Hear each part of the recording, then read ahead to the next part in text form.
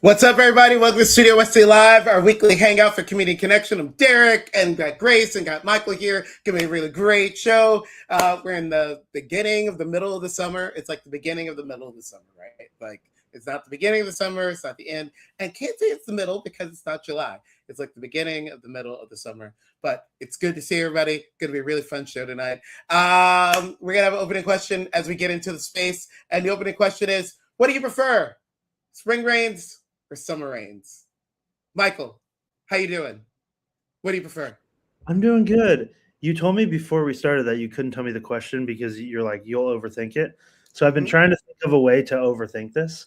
And genuinely, all I can come back to is the fact that summer rains, when I think of that, I think of the hot grogginess afterward, which kind of kills it for me. So I think I have to be on the side of spring rain because the aftermath doesn't feel as brutal, which is such a glass half empty way to approach this question, but I'm sticking to that answer.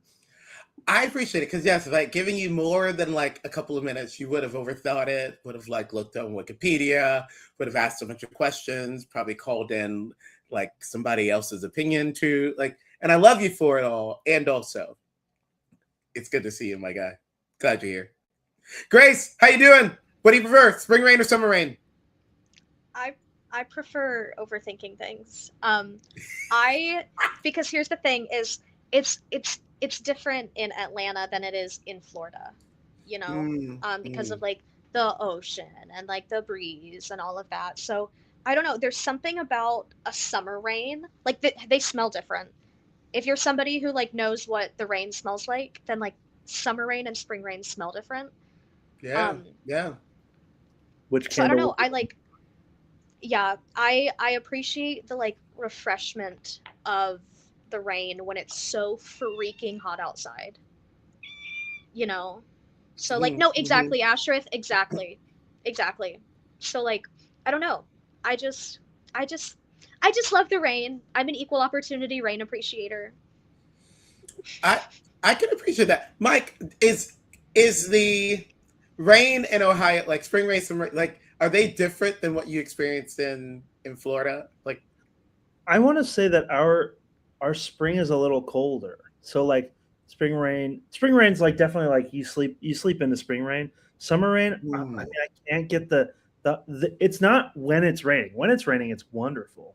I'm like attaching the baggage of the day after it rains and the humidity and the grogginess of that. That's what I'm like. That's the baggage that's weighing it down for me. I hear that. I hear that. So I have to say that I actually also prefer spring rain from summer rain, but that's an adult phenomenon. When I was a kid, I preferred summer rain because that meant we didn't have to go outside. And I didn't like going outside during the summer camp days because then we were outside and everybody gets dirty and smelly, and I didn't want to be around them because I'm very, very sensitive to smells. I don't think I've ever said that out loud to anybody in the world, but I've just said it on Studio Wesley Live. I'm very sensitive to smells, actually. And so, yeah, I could not handle it at summer camp. And so when it rained in the summer, it was my salvation. We got to stay inside with the AC. God be praised. Now I think summer rain, and I think we're about to have a hurricane. And because Florida's summer rain, even though it's like 5 minutes, it's like 5 minutes of hurricane, and then it stops. All right, that was really good. We got in. Go ahead, Michael. You have a Yeah, question. ask, do you like the smell of rain then? You like that smell as a sensitive smeller? Um, let me say that I don't have an opinion Okay. about the smell of rain. Sure. I'm sensitive to it, but I don't have an opinion about it. And that's what's really weird about me. I can be sensitive to a smell, and there are some smells that because of my sensitivity, I'm like, but there are other smells that I just smell them.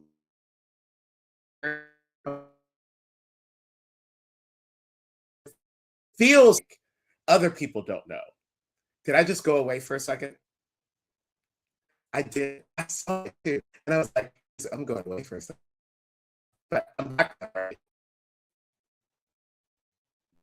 Oh, wow. I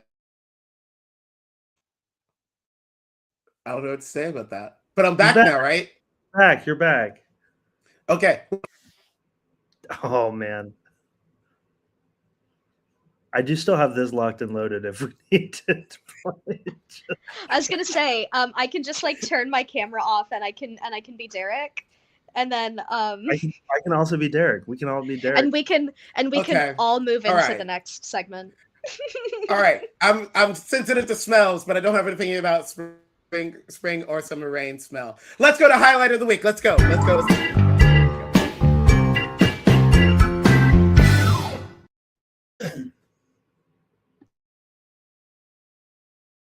Oh no.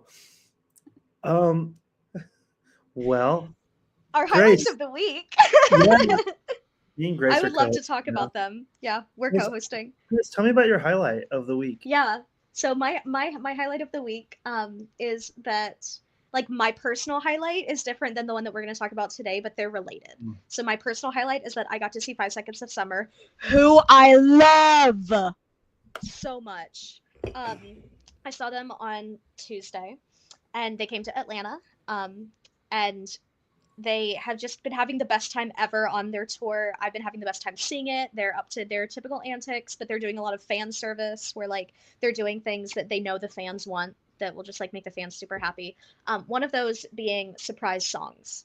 So usually you can at the beginning of the concert or before it starts, there's a QR code and you can vote for one of 4 songs. Typically either songs from this album that they haven't played or that are not on the regular set list, or like old ones, like so like just like classic like really old songs of theirs that we love and yearn for.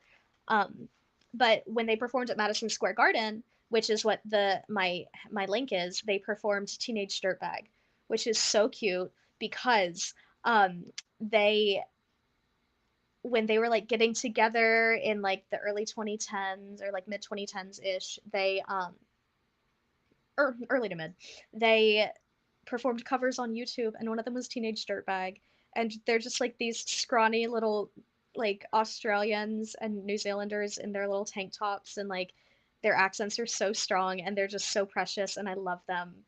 And so it's a precious nostalgic video, but they performed that as a surprise at Madison Square Garden. And it was so cute and fun, but that was the surprise song for our concert. So the clip is from one of the official accounts that it shows like part of the YouTube video and then part of the live performance. It's just a little snippet, but it made my heart happy.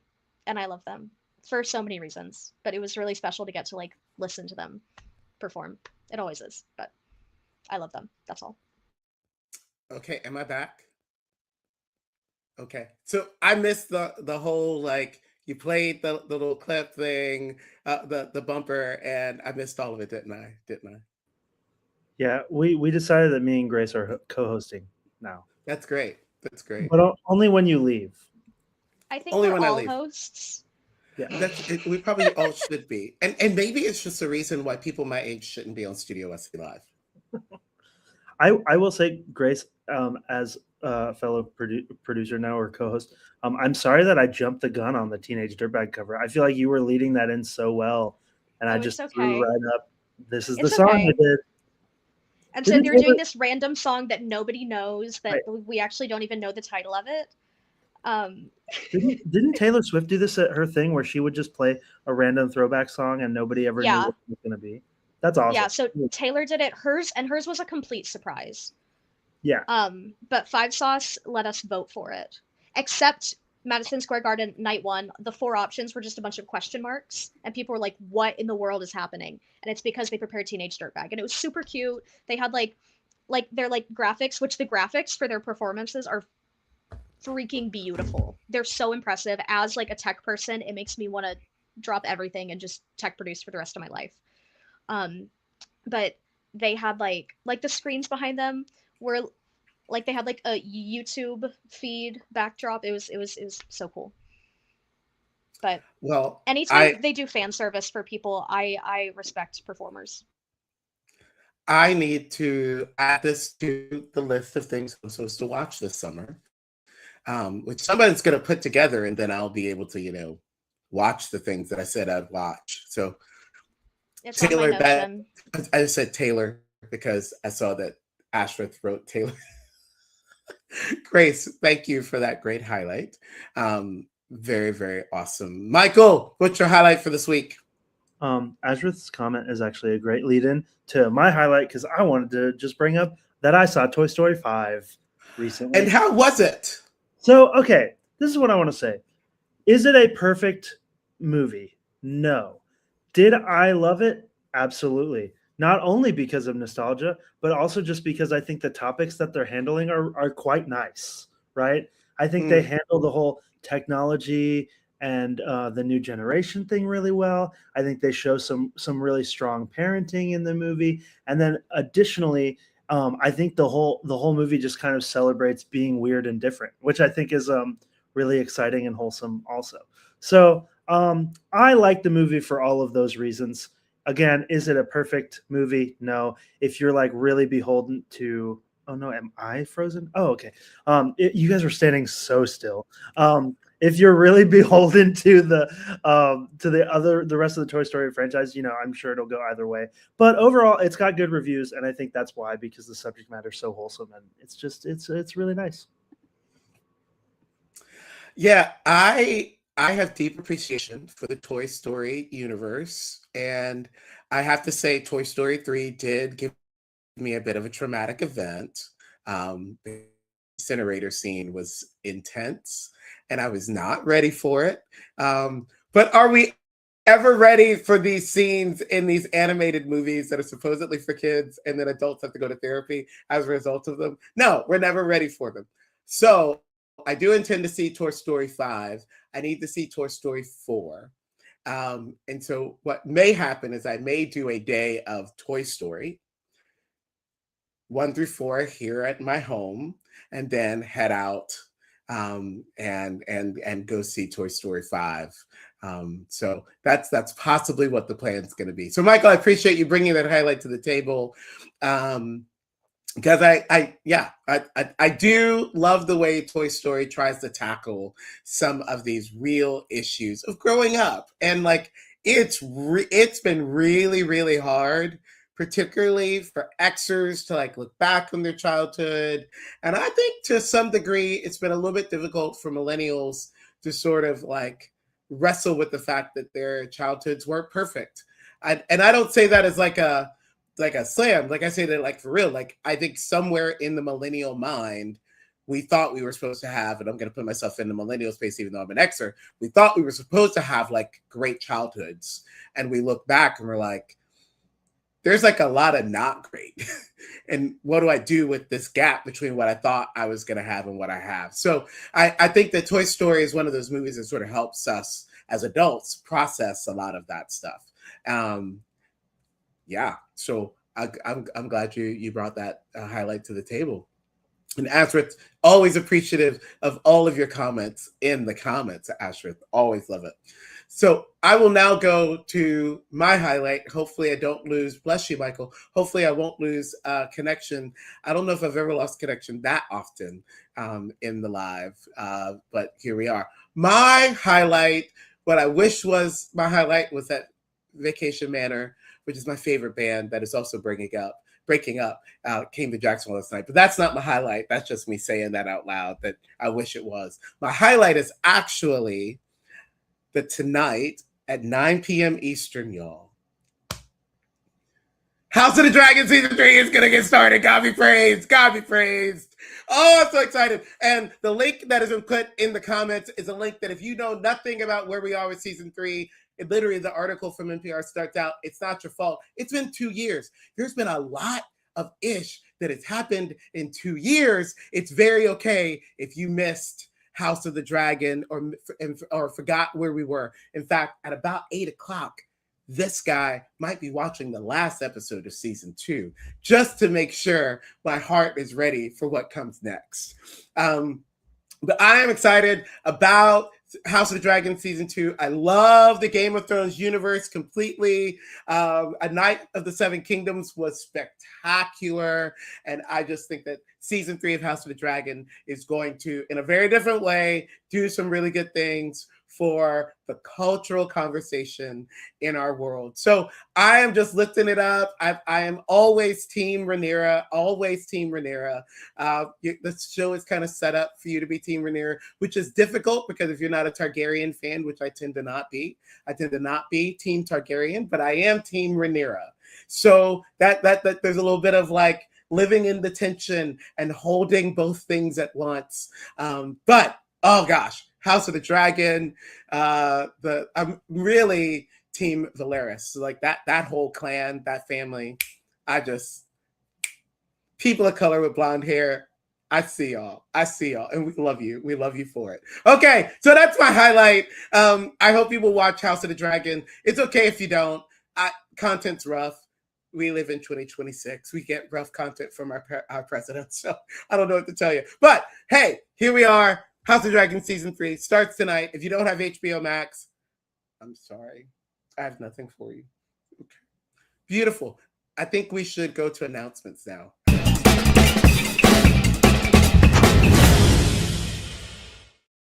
I'm so glad that I got to see that bumper because I didn't get to see the last bumper. And I really love our bumpers. So announcements, no community group tonight.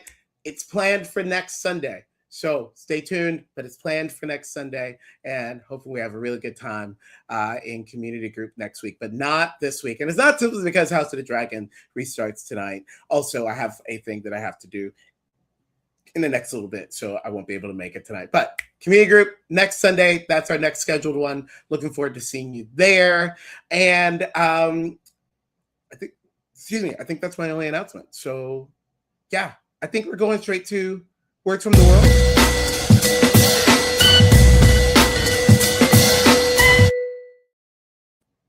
And apologies for that like hiccup thing. I don't know what that was about, other than probably drinking too fast. Okay. Words from the World is where one of the members of our panel are going to share something that they heard from the world that they're like, the Studio Wesley universe needs to know about this. Yeah, we need to like bring this in. So I believe Grace is going to be bringing our words from the world tonight. So Grace, take it away. I am. Hi.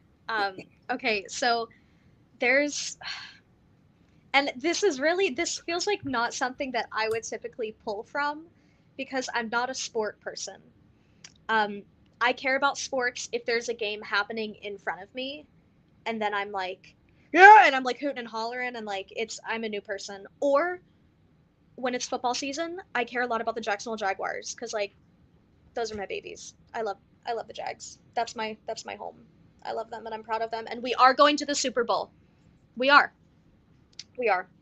But this week and kind of last week, so we're like bringing the words from the past. It's like a week and a half. It's close enough.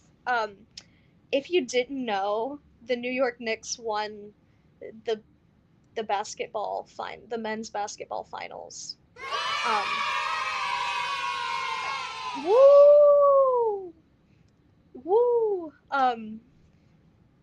I wish that I'd come up with like my Studio Wesley live, my my my boss Derek, um, my friends on my panel Nixon 5.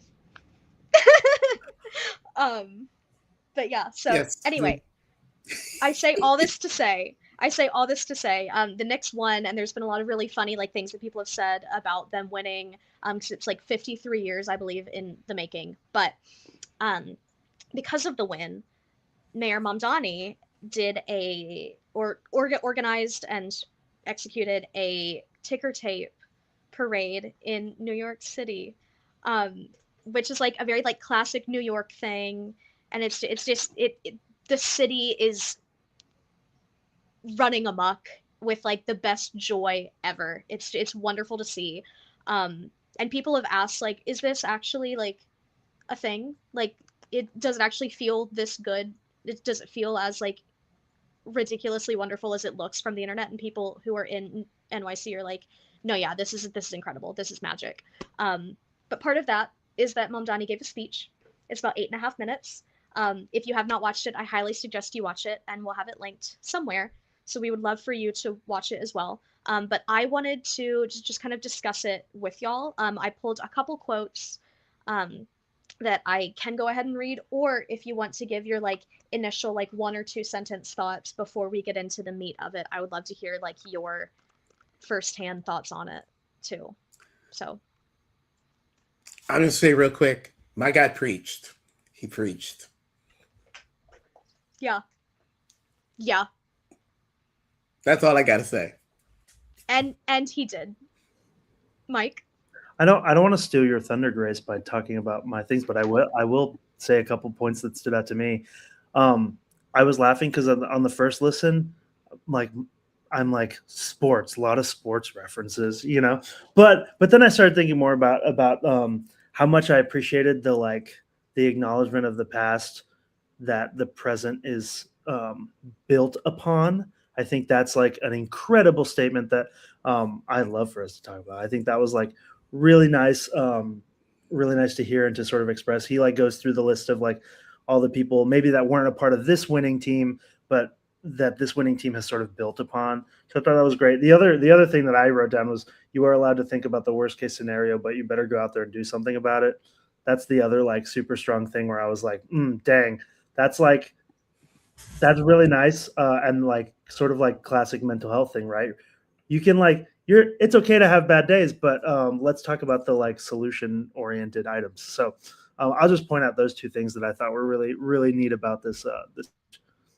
Yeah, yeah. So similar route that I'm going, but slightly different. So you did not steal my thunder.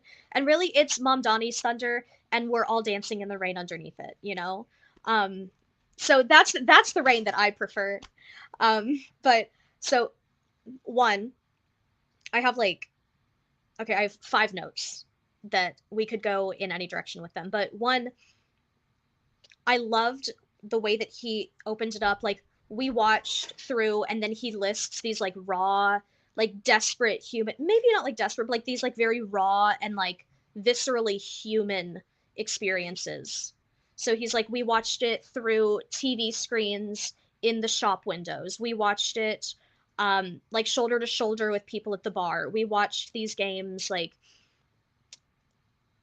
in a TV that you kind of have to whack every couple seconds to make sure that like it's still connecting, or like we watched it on the steps of the apartment outside. There is, yeah, we have watched and waited from nosebleeds and through gritted teeth on televisions in the windows of electronic stores and from projectors balanced on fire escapes. We've watched alone in our apartments with our heads in our hands, shoulder to shoulder at bars where the signal flickers alongside friends and family who we wish more than anything could be here today sharing this moment. And then we've watched and we've waited um, through all of these different things that he listed, all of these experiences over the past 53 years of the Knicks busting their butts to try to get to championships again. But in that, he says, we waited without ever knowing if this day would come. And we waited because we knew deep down in our sick, suffering hearts that it would. And there's something about hope in that just like are you kidding me? Like it makes me want to just like there are so many expletives that could come out of my mouth right now with the like excitement that that fosters, you know? Because like again, as a Jacksonville Jaguars fan, I don't care about other sports, but my Jags are going to the Super Bowl. I don't care. We're going to the Super Bowl because we are. We are. Because I know in my sick suffering heart that it's going to happen. And like you said, Mike, like this could this could apply to so many things. Like we watch and we wait without actually knowing if any of this is going to happen, but we know deep down it freaking has to. It has to. Next, he says championships aren't just built in one season. And he's talking about all of the like small and large and obvious and almost secretive efforts or just like non-obvious efforts, um which brings me to one of my favorite points of this is that Mamdani pinpoints why this single victory is an amalgamation of small but big victories. You know, he pinpoints how like somebody's parent passed I believe one of the players' parents passed recently, and how that player still was there and like was part of everything, and how like all of these things that happened. And again, I'm not a sports person, so I heard these things and I appreciated them, and I could not keep them in my brain because my brain doesn't work like that. And I'm so proud of these players and their families and the native New Yorkers and the people who have transplanted to New York, who this is their freaking team and they won. And so these, like, there's something about in the large scale victory that we get to see all of these teeny tiny victories that are actually not that tiny. And sometimes they are. And tiny victories are also really cool and important. Um, and so the last quote that I have from him is just, what a gift it is to be brought together by, what is this, raw? I wish that I could read my notes. Yes, what a gift it is to be brought together by bare, unfiltered joy. In the middle of whatever is happening in our lives, I could list plenty of things. There's plenty of things happening in our lives, and plenty of words that go with those things. And what a gift it is that even like all of these things are still happening. There's chaos everywhere. That didn't stop. The horrors persist. And what a gift it is to be brought together by like such a beautiful joy, even for just a moment, or for like a day or a week. Wow.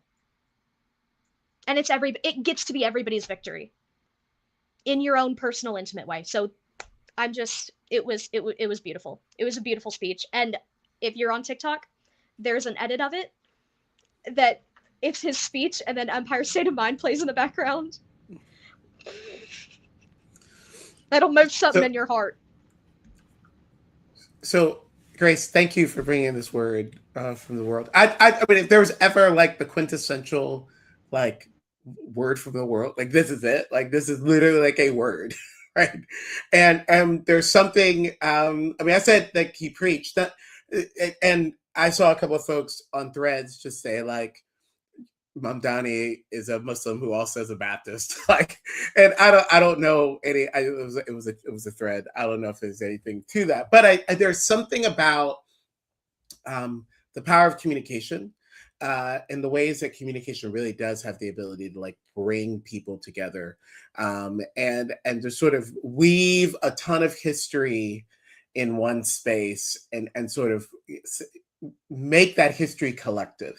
And that's what he did. I mean, Mamdani, and I am not a New Yorker and I am not a sports fan. And I have to admit, I didn't watch all of it, but I watched enough of it that I felt something. Like I felt something. And I was like, I feel like I am being drawn into the joy and excitement of New Yorkers. Because of not just the win, but it's the meaning making of that win that Mamdani is doing. And I think it's so powerful, and I think it's hard because there are others who have tried to do speeches that were essentially trying to do similar things, not for the Knicks winning, but other things, other moments, other situations, both in sort of states and cities in our country and the country more broadly, and it doesn't have the same kind of resonance. And so there is something about the way the Mamdani delivered that speech and the ways that he weaved these ideas together that just, I think, I won't be shocked if there are people who did not vote for Mamdani that were like, that my boy preached. Okay, right? Like people are like, I'm not gonna say it out loud because that would be like against my tribe, but they went to bed saying that was a word, you know?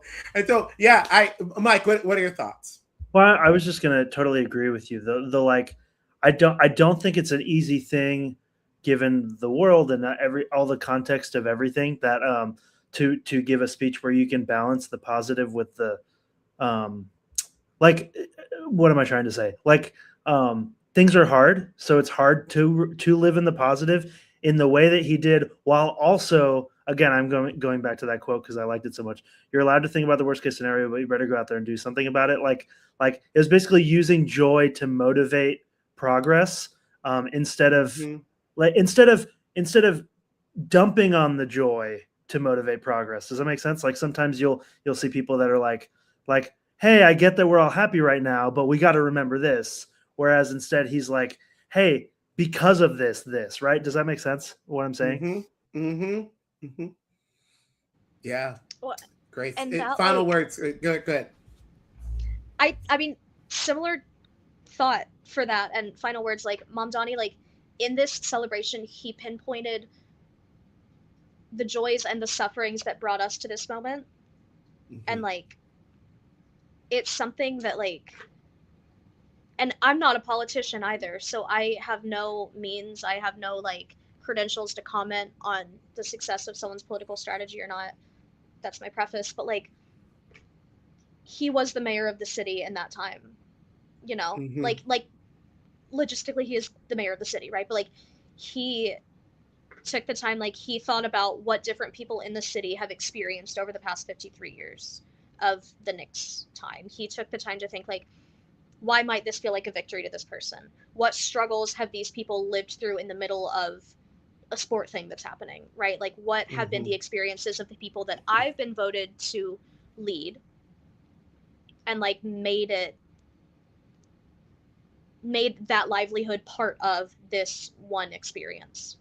Yeah. And like in that, like shouldering, and like maybe shouldering isn't like the most accurate word, but like acknowledging and claiming people's experiences, and like, yeah, just like showing that that's part of it. Like it gets to be a celebration, and it doesn't shy away from any other thing. It doesn't like put down any other thing. It's just, hey, these are experiences that we've had. This is something beautiful, and like we're allowed to think about that. So it's just beautiful. Thanks for Beautiful entertaining me. word. Beautiful word from the word, Grace. Thanks, word from the word, word from the world. Thanks for that, Grace. We're going to take a quick soul break, and then we'll be right back.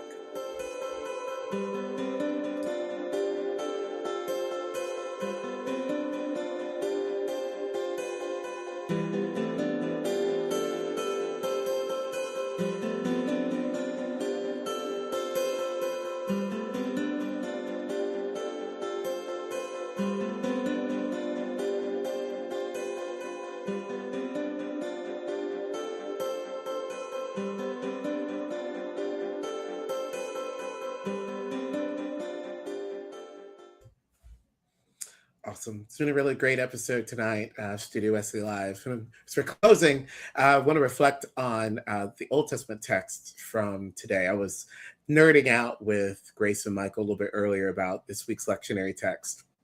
The Old Testament text is from Genesis chapter 21. And inside of that chapter is the story of Hagar and Ishmael. And the ways that Hagar and Ishmael's story it weaves into the larger stories of Abraham and Sarah. Super complicated. I invite you to go read it and pick it up and stuff like that. But at this particular moment, Hagar and Ishmael have been sort of kicked off the compound, if you will, kicked out of the house. And they kind of think, or at least Hagar thinks, this is it. This is the end. And the scene, I just want to invite you to go to it in your brain, if you could. You can imagine that Hagar is sort of pushed her son under this tree and sort of left him there to die. Like, this is it. This is the end. Our lives are over. Our story is over. And in that moment, something happens where God speaks to Hagar and essentially says, der Revised Standard Version, no, the story's not over. I've got so much more for Ishmael and for you. So go get some water, pick your son up, keep going. Is essentially what happens there. It's in Genesis 21. And since I've read that text, that Genesis text, I have sort of envisioned a few moments of myself kind of being Ishmael, sort of under the tree, feeling forgotten, feeling like people have given up on me, feeling like no one's really believing in me anymore, including my mother, which is actually something that could not happen. That would not happen in my real life with my real mother. But I think some of us might have this experience where we do sort of feel like people have given up on us. And the situation that leads us to where we are right now isn't even our fault. It's just how things happened. And so we do. We feel like we're like Ishmael under this tree, waiting for the end to happen. And it's in that moment that God speaks in the story. And I would hope and I would suggest that it's also in that moment for us that God's voice is speaking. The story's not over. There is more for you. There's more I have for you. There is more that I want to do in and through you. And so I just offer that as an encouragement, particularly in the summer where when the noise of life for some of us calms down, the noise inside of our heads starts to wrap up. When we have less to do, sometimes all of the other things that we've been trying to hold back and manage, particularly when it comes to mental health, sometimes start screaming at us. Or if you're a person like me, the heat, like that seasonal syndrome is real big for me in the summer. I just want to say that if you feel like Ishmael today, you feel like everybody's giving up on you, God's not giving up. God thinks that there's so much more to this story. This is not the end. And I hope that you would have the heart to hear that today, that there is more that God wants to do in and through you. There is more that God has for you. And that you would then have courage to get up and get back on the journey, whatever your journey looks like. And so with that, friends, we are cheering for you at Studio Wesley. And thanks for those who watch this live, those who watch this later on. It's just been great. So Michael, Grace, always good to be with you. Really good show tonight. We'll see folks next week. We'll be on next week, 6 p.m. We'll have community group right after at 6:45. Until then, know that you're deeply loved by God. Nothing could ever separate you from God's love. Have a good night, friends. Be well.